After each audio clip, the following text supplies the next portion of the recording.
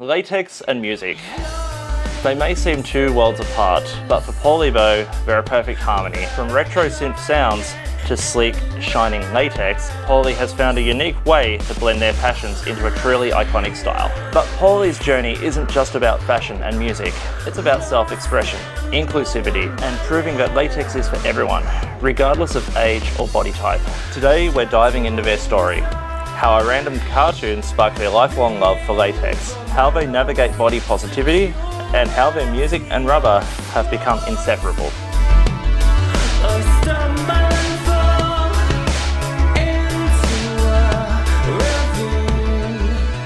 Let's get into it, Paulee. Welcome to Rubberly Profile. Can you introduce yourself and tell us a little bit about your background? Yeah, no problem. So you can probably tell straight away from my accent that I'm from Britain, good old Blighty. Hence the remote monitor. And I'm from Birmingham, which is in the complete centre of the UK. The tagline is "You can't get further from the sea." It's not much of a tourist kind of spot, but it was an amazing place for music. Sort of all the way from, I'm going to say 60s, 70s, 80s. There were really legendary acts in, all different genres of music. Like with metal, you had Black Sabbath. You had the New Romantics like Duran Duran. You had kind of reggae and ska bands like The Beat. And also just down the road in Coventry, you had the Specials.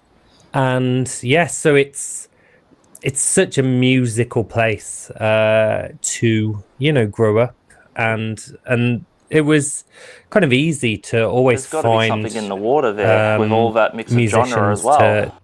Definitely. So, what inspired your blend of two passions, synth music and latex fashion? Sure. So, if you think about the kind of, if we look at things like gender expression, right? And of course, alternative music, I think the gateway drug for a lot of people into kind of alternative fashion and gender expression outside of, the traditional kind of view was the kind of goth scene. Agreed. Would you agree with that? Yeah, we've had our share of goth clubs here, and I think that's probably been most people's gateway drug to shiny fashion over here in Sydney as well, especially so in Melbourne, where they are the capital of goth in Australia. Sure, yes. Yes. I like to think of like Australian goths, sweltering in the heat, but continuing to wear their heavy makeup and big boots and stuff like that. It is very real. It does happen. Hardcore. I might even just throw up a photo now of Alec braving the 40-degree heat at Fair Day 2022.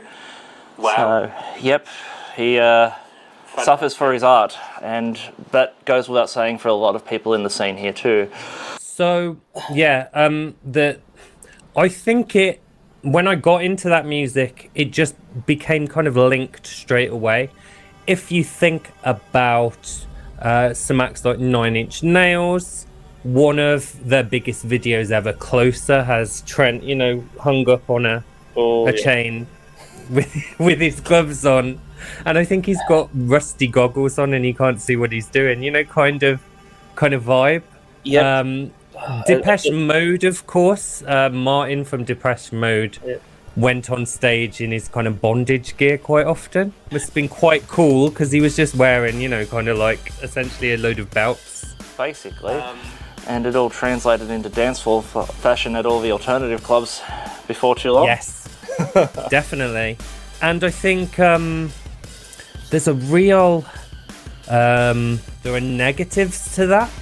And there are positives to that. I think the negatives is maybe certain groups of people liked to play a game of what I call rubber one-upmanship, which is who can have the most expensive out there exclusive outfit, with whatever company, you know, the latex designers like Westwood Brown, Lady Lucy, all of those. The scene elitism, it rears its ugly head in a lot of subcultures. Yes, definitely. So I agree. yep. But I think I have a career in psychology, which is interesting.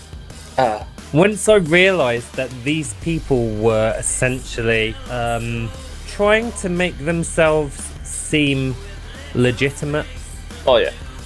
because of their own insecurity, then I stopped being so intimidated, basically. And essentially I was able to kind of, you know, navigate that feeling of being really intimidated, because it's not just feeling intimidated in that sense. It takes a lot for me to dress up in an outfit and do a video because of the fear of reprisal. Oh yeah. Being that I am male. If you didn't, you know, by the voice. Totally. Totally understand. And it's just not the done thing, chap. Yes, you've got to be in the right suburbs, because if you're in the wrong suburbs, it may not end very well for that as well. Yes. So essentially, there has seemed for a long time that there's been one type of person who is allowed to wear latex, kind of in the commercial world, and that would be essentially skinny women, models. Yep. In movies, in TV, Oh yeah. in music videos, etc., etc. I agree. It seems perfectly rational for, say, Katy Perry or Lady Gaga to be rocking latex in front of a fucking queen, I might add, as well. Wow. Yet I did not know that. Yeah, In front very. of the Queen. I'll have to throw that image up, so we'll do that in post. So there we go, we've got an image. I wonder if that's what finished her off. Don't know, but it was long before she passed. But basically, it's one rule for one group of people, and then the rest of us commoners don't even so much as wear some latex leggings when going out to Woolworths or something. Yeah. Oh, we used to have Woolworths Oh yes. in Britain. The only place where you could buy a load of sweets, Yep. big bag of sweets, Oh yeah. a CD single, Nice. possibly a Nintendo game, all in the same shop. When did your interest in latex begin? I understand there may have been a cartoon involved. Yes, yep. So I can't remember exactly when it was, but some years ago, probably in the 80s or early 90s, I saw a Mickey Mouse cartoon called The Worm That Turned. Oh. And in it, Mickey was wearing, or the worm turns, I can't remember exactly what it's called. And Mickey's a laboratory chemist, and he's wearing these bright red shiny gloves. Yep. And essentially he makes a serum that makes weak animals into strong animals. So he tries it on a fly that's trapped in a spider's web. And he, you know, manages to make this fly kind of jump up like Superman and smack the spider in the face. Good old slapstick comedy. And essentially, for some reason, in my mind, the feeling of latex and power was formed. And I've got to say, I don't think I am by any means the only person who has that kind of view, because the classic kind of image of, say, a dominatrix, a very powerful woman, you know, Agreed. usually is wearing shiny gloves. Oh, absolutely. I saw that cartoon actually recently, and the gloves just stick out. It just jumps out of the image. Well, it would for you and me. Yeah. Well, look, and anyone having that awakening as well. I mean, it just pops. Yeah, definitely does pop. Yeah. I wonder if the animator maybe, you know, had the same Sometimes in these things, the animators, the creators and stuff know the assignment and know what they're doing. Yes. So anyway, thanks, Mr. Disney animator, who, create. Mind you, I've got to say, there are far worse paraphilias to have in life. Oh, yes. So there we go. Although rubber is quite expensive, it's something that is consensual and doesn't hurt anyone, and that's that. So there are much worse things to be attracted to in life. As I say, get a rubber addiction because you won't be able to afford a drug habit. I love it. Yep. Circling back to body image, how do you navigate conversations around body image and aging in the latex space?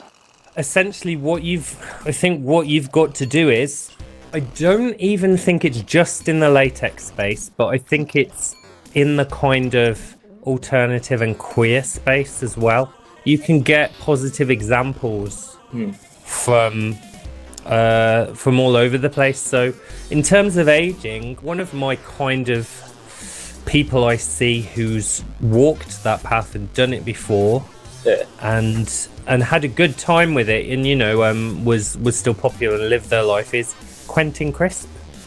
Oh, yeah. who very much, he lived his life, he aged, but he didn't give up his sense of fashion. And I think essentially what you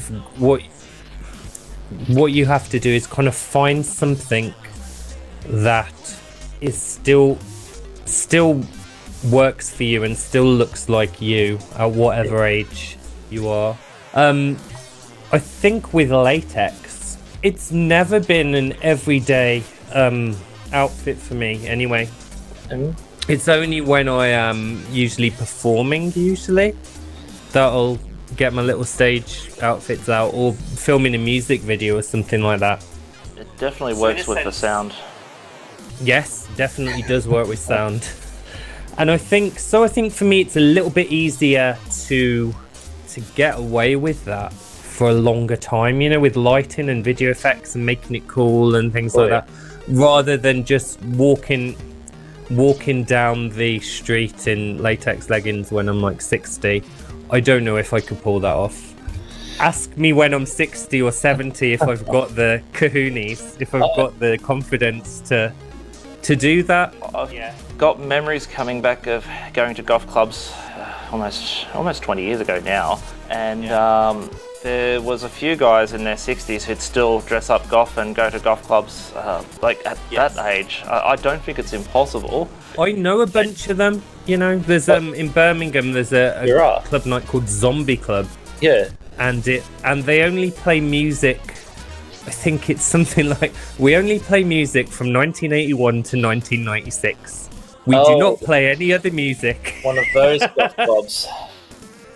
And so you're always going to get the same sort of songs there, but it's fine. But these aging goths, they still look fantastic in their get-up with the big hair and the makeup and absolutely. Like that. But Real On Music is a very controversial rabbit hole in itself.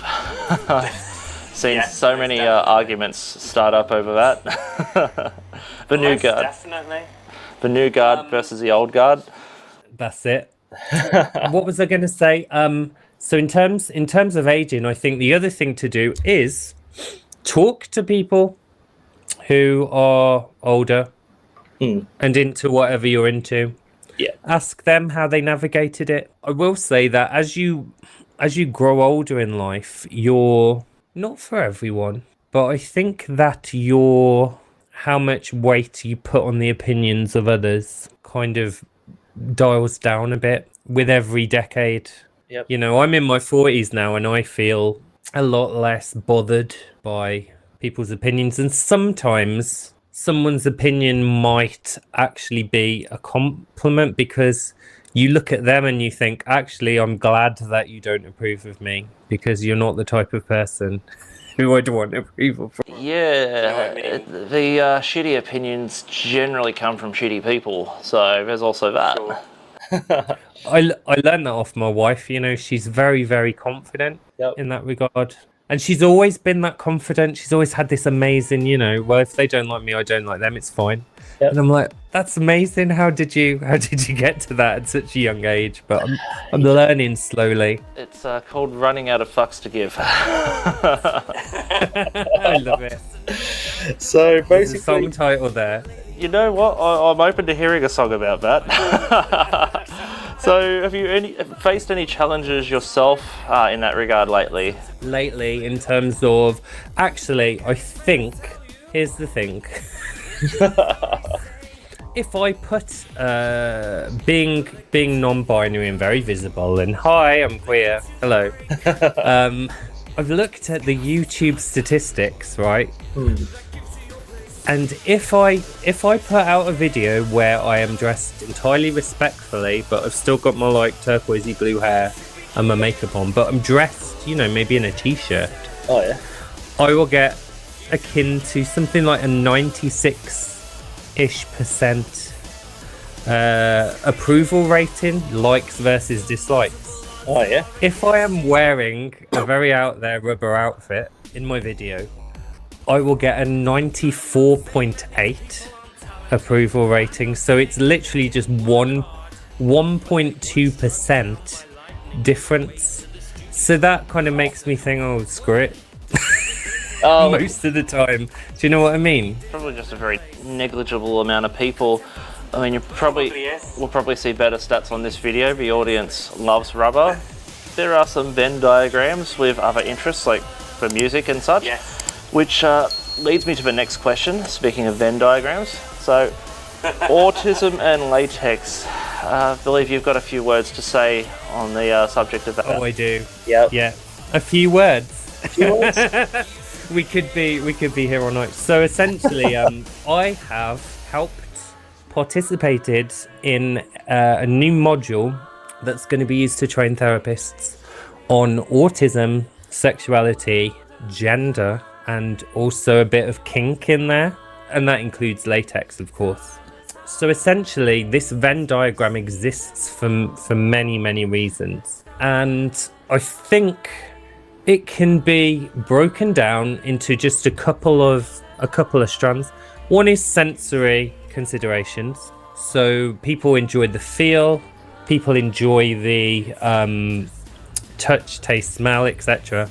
Some people love the pressure of it. I knew a severely autistic person who, I think they were pretty much asexual. It wasn't a kink for them, but they wore a very tight neoprene, like wetsuit. Oh yeah.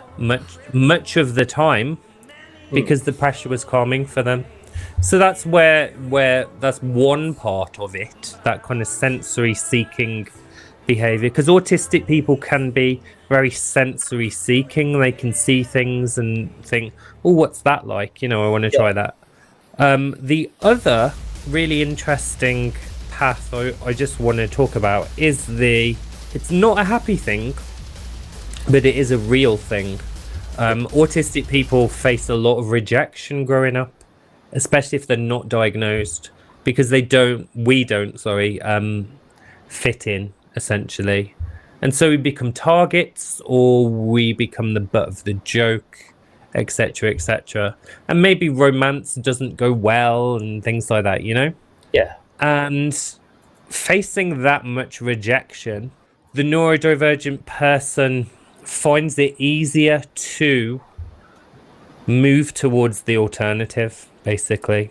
Society's already rejected me, so whatever the mainstream is, they're not very nice, which isn't true, of course, but that's what you think when you're teenagers, don't you? Yeah. Like, mainstream people are horrible.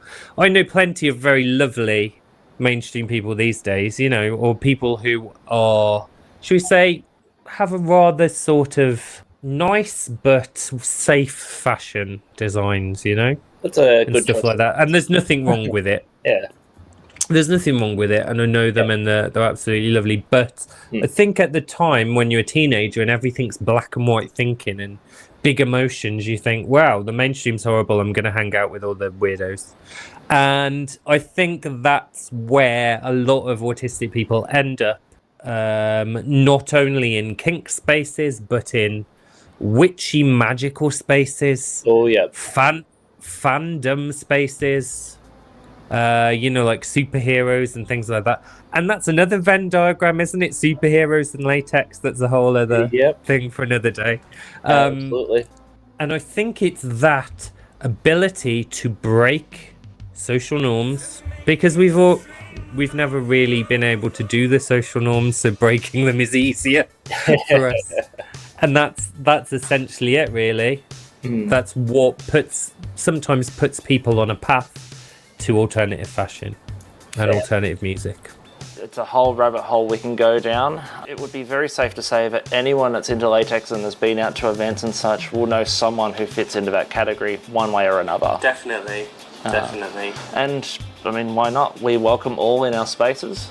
The other thing, that was the other thing we put in the module, right? In terms of neurodivergence and kink, there's a lot of pre-negotiation and consent and boundaries and things like that. And a lot of autistic people really like that. They don't want something spontaneous to happen that they don't like. Everything is pre-arranged in what to expect and what not to expect. That's it. There's no surprises.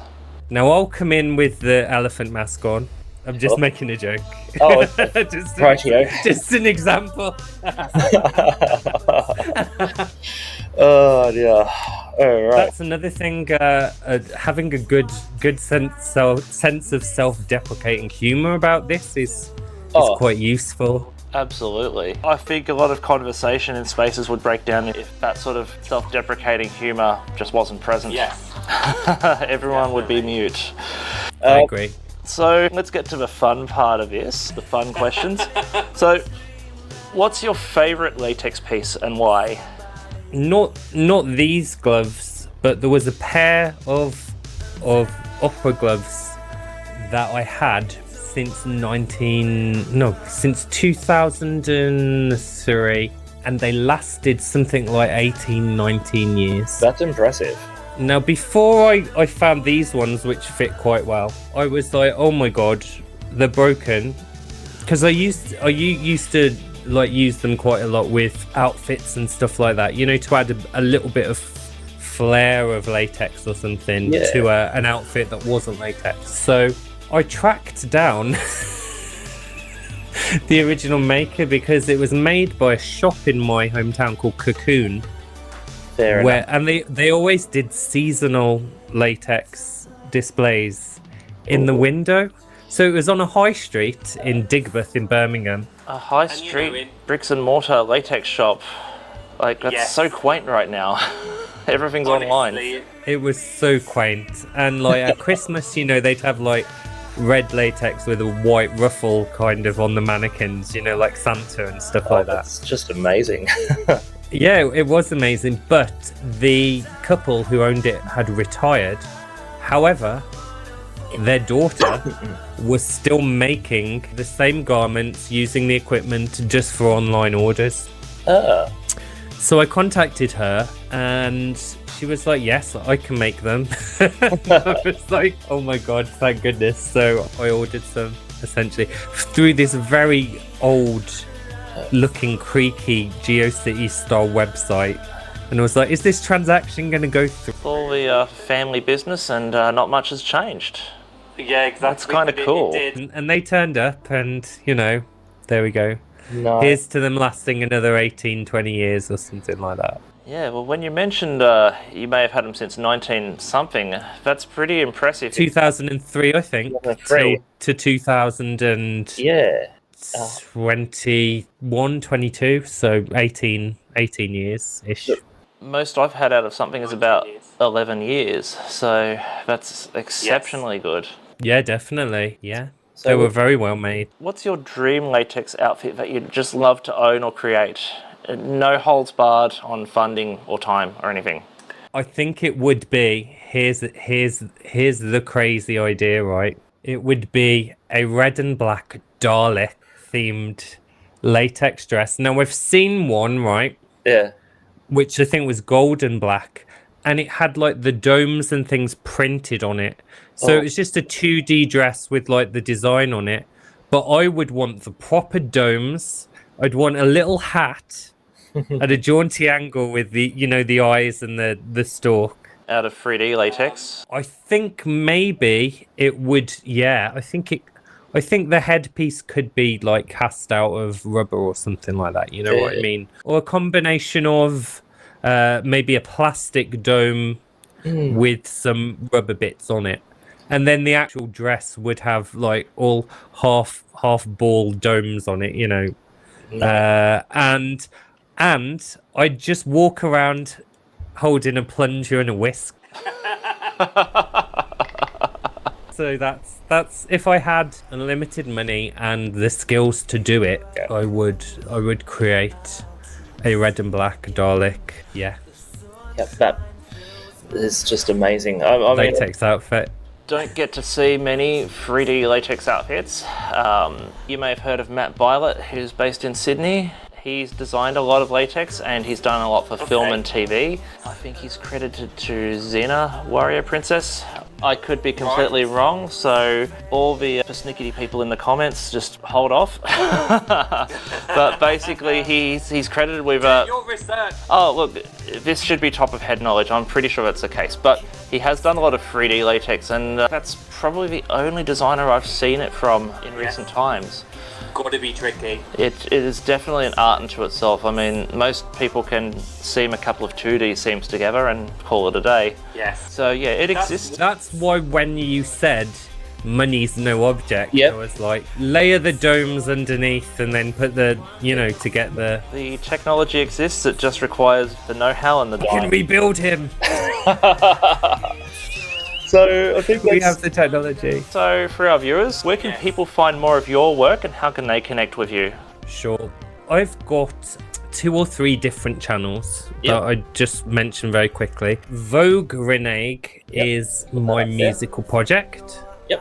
Where I use primarily Amiga computers to create the work, and then I've got more of a kind of standard YouTuber kind of channel, you know, with like episodes and documentaries and things like that, called Magical Synth Adventure, and that one's very, very fun. And there is the occasional, you know, spot of latex in that one, even just occasionally a little flash of something if it's you know, if it's a joke.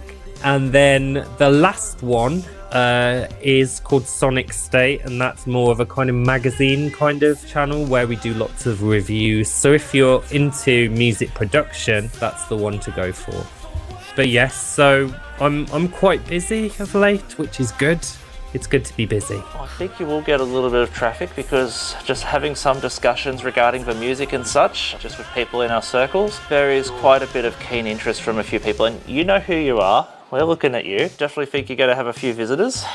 Oh, that's nice. Yeah. That's lovely. On that note, thank you for joining us on Rubberly Profile. It's been actually our first remote interview, so this is a bit of a leap of faith in terms of quality and everything. We hope that by the time we hit the editing room, it's going to be good. Thank you for your time and flexibility with time zones as well. Thank you for your flexibility as well. It's been really good to kind of just, you know, nail down a time. Absolutely. We love to do what we do, and it's been an absolute pleasure. So with that, take care. Amazing. And thanks to the audience for joining us in this interview today. Stay rubbery. I need a friend.